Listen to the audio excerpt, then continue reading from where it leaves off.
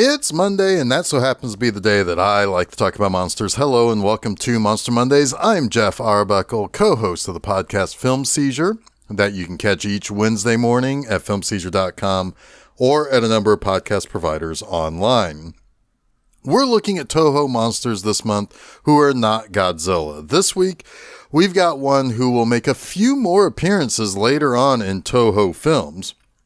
We're going to be discussing Ishiro Honda's 1963 science fiction film, Atragon. Now, the two significant things that appear in this that we will see later in the series is first, the submarine dubbed the Gotengo, which appears later in 2004's Godzilla Final Wars and is helmed by the bitchin' mustachioed Don Fry. Our monster, though, is the sea serpent Manda, who appeared again in Destroy All Monsters in 1968, and then seen at the beginning of Final Wars being chased and hunted by, what else? The Gotengo.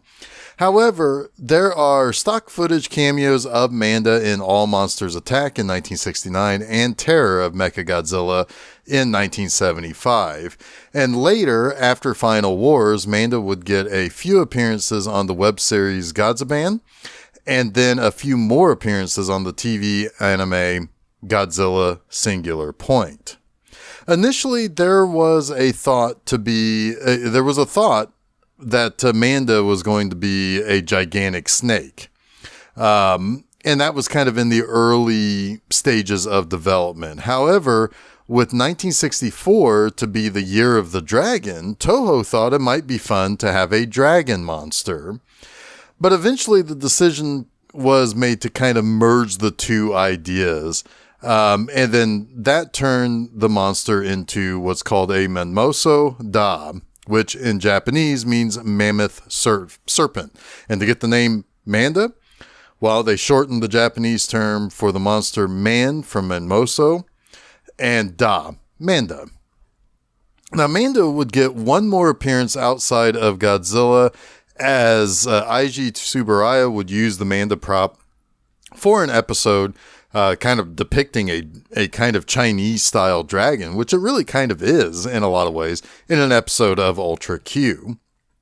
Now, initially, the part of Captain Jinguji was written for Toshio Mifune, and they had hoped to be able to get Mifune, but he was a very high-priced tag actor in Japan at the time, and by the time the film was ready for production, he was already in the rehearsal stage for a very long production that would become Redbeard.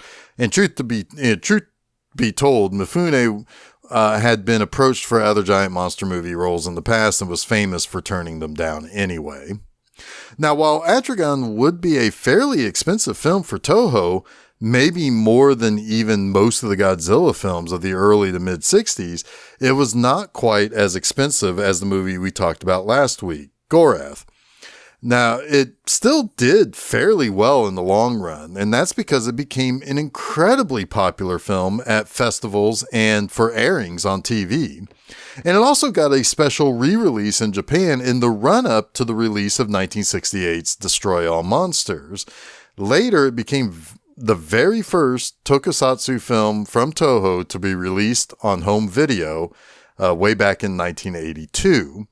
And it was popular in the US because of airing on TV pretty consistently from the late 60s until the early 80s, but it did not get an American home video release until 2005. Our movie opens on a cold evening when something crawls out from the water. That being that comes up from the water looks to be wearing some sort of a deep sea diving gear, and the coldness of the water and the air makes steam come off of this guy. Not only do a photographer and a model witness this, they also see a car with another person who is hot to the touch, driving with an unwitting passenger trapped in the back. And they see the car just drive right into the sea with the same steam rising off of the water as the car submerges. The next day, the car is pulled out of the water, but there are no bodies to recover. The investigation is now underway, and a witness to the car being stolen says that someone tried killing him right before they took the car, and the hands that grabbed him around the throat were hot to the touch. And there is this kind of mysterious man who's constantly bundled up in a big jacket and posing as a reporter. And he tells an admiral that a captain of a ship and a genius of naval engineering did not die at sea during the war like everyone believes. And the admiral doesn't believe the story, but it gives the legendary captain's daughter, Makoto, hope that maybe her father is still alive out there somewhere. The admiral, named Kasumi, and Makoto get into a car driven by a man who seems to know who the admiral is, and he holds a gun to them and takes them to the beach where he plans to take them to the Empress of the Mu Empire.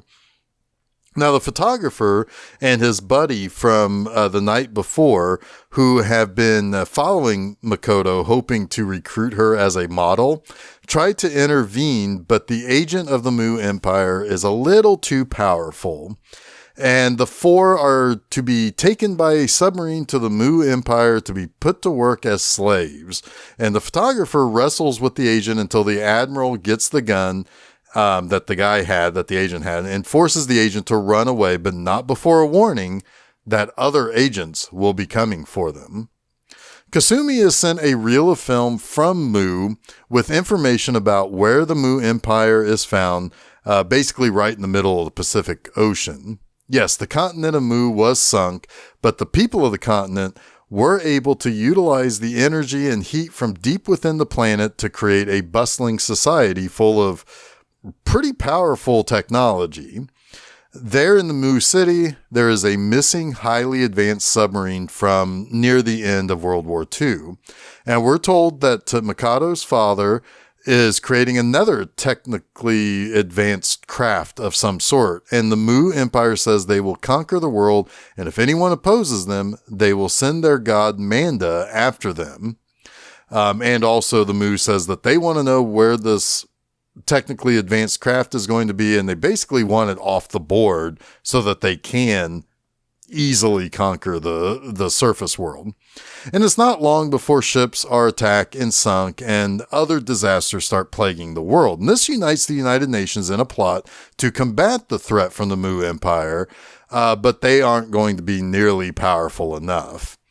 Now, Kasumi is forced to reveal that he does know that Makoto's father, Captain Jinguji, didn't really die like people thought. Now, Kasumi is kind of hiding a secret for the captain, who has ultimately gone missing, but he kind of, I think, was preserving the honor of Captain Jinguji.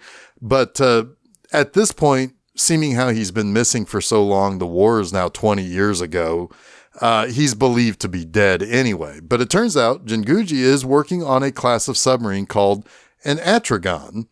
And this might be powerful enough to combat the Mu Empire. And Kasumi, Makoto, the photographer, and his pal, and that mysterious journalist who's always showing up in different situations, go to a secret island where Jinguji is building his advanced submarine. And Captain Jinguji, more interested in advancing the Japanese Navy than even seeing his own daughter, shows them the Gotengo.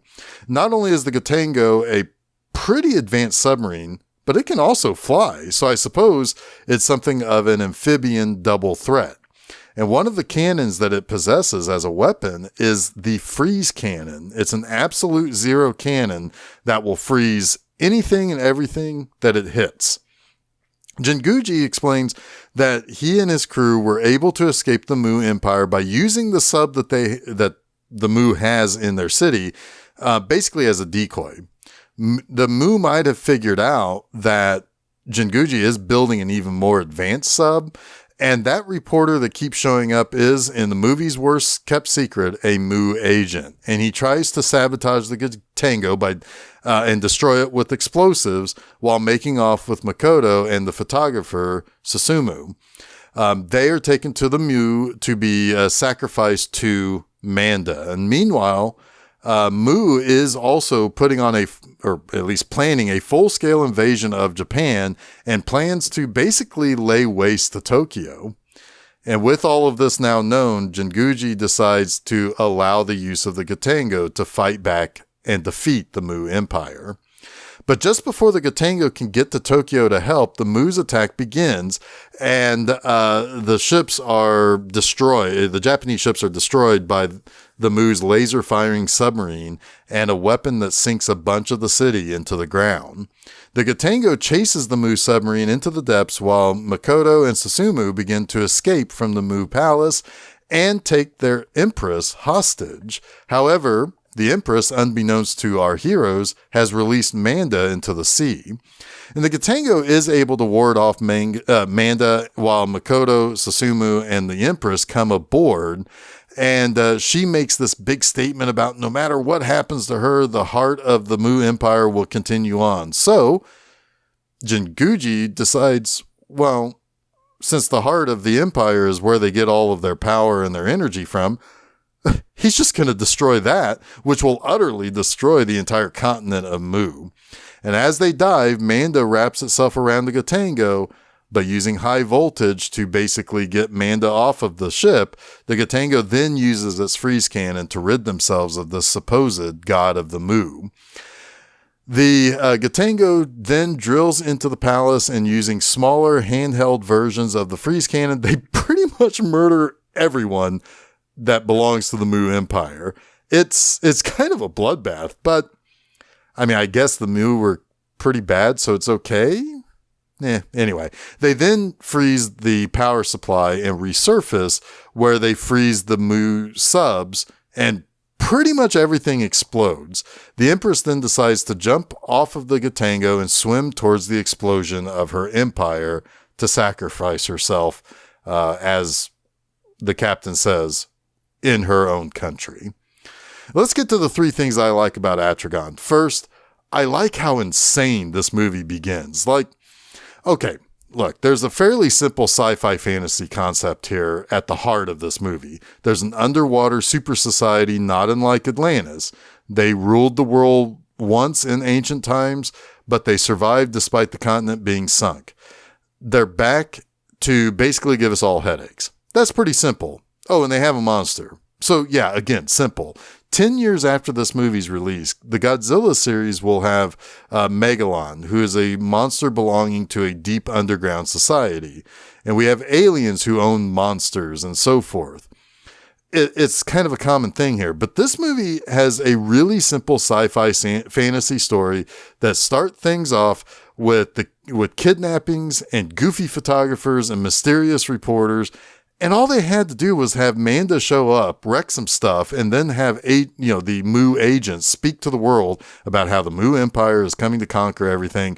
But no, the movie comes out of the gate already turned up to a 10 and introduces all this weird stuff that would have been maybe a little bit better if we kind of had a full explanation about who is who and why there are comedic goofs trying to find pretty women to model for them, at one point even saying that they would be willing to kidnap women or just flat out ask women to take off their clothes so they can take pictures of them.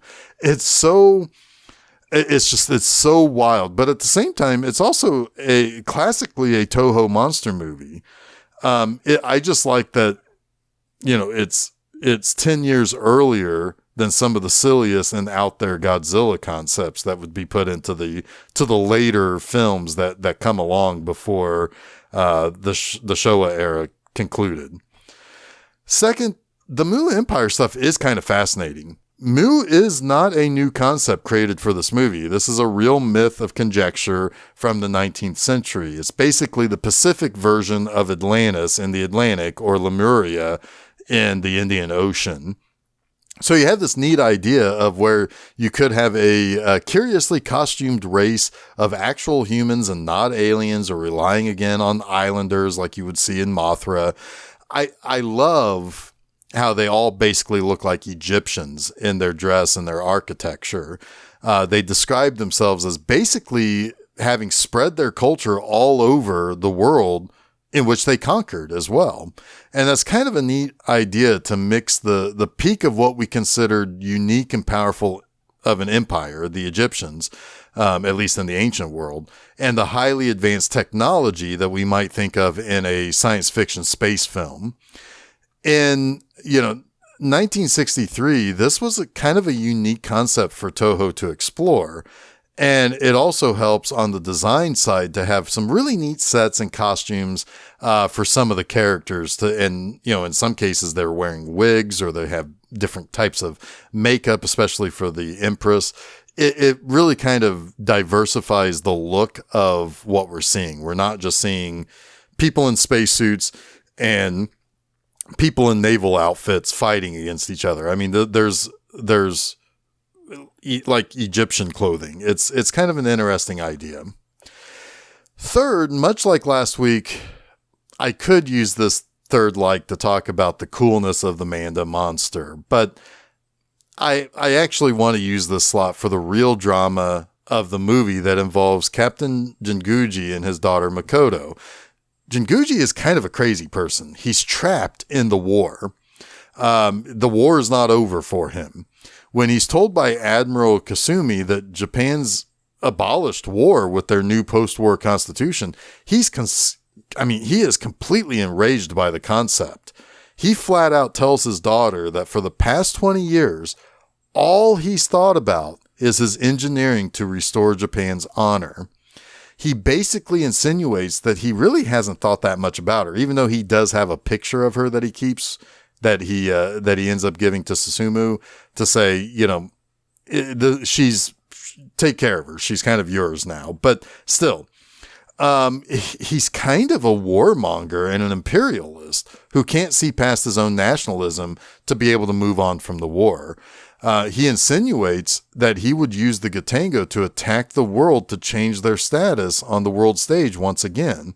It's interesting that both this week's movie and last week's movie, Gorath, has these kind of weird messages of nationalism or being a hero in ways that would likely not be guaranteed survival. In Gorath, the people who are going to rocket off in the JX-2 are celebrating and partying before being sent to watch the rogue star and not really caring that this is likely an extremely dangerous mission for them. This week, we have an agent of war who would gladly wage it again simply to restore some sense of national honor. It's fascinating how these movies were far more playing with the actual context of Japan's historical place on the world stage, and their anxiety about their place on the world stage at this time, particularly those people who actually survived the war and fought in it, as opposed to the more subtext that Godzilla had worked with prior to these films. Now, I will say still, Manda is a cool serpent monster thing. I don't want to leave it out of the conversation, but it was only seen for a few short moments on screen. It definitely does more in future appearances in the Godzilla series. But that wraps up this week's Monster Mondays. You can catch new episodes of Monster Mondays each Monday at filmseizure.com. Don't forget to follow Film Seizure at Facebook, Threads, and Instagram, and subscribe to Film Seizure to get both the Film Seizure podcast and Monster Mondays at your favorite podcast providers, as well as YouTube. You can also check out my website, bmovieanima.com, to read new articles every Friday morning. Our next Toho feature to be discussed next week has a couple of pretty famous monster names in the title. Join me as we get ringside seats for Frankenstein vs. Baragon. Until next week, stay spooky.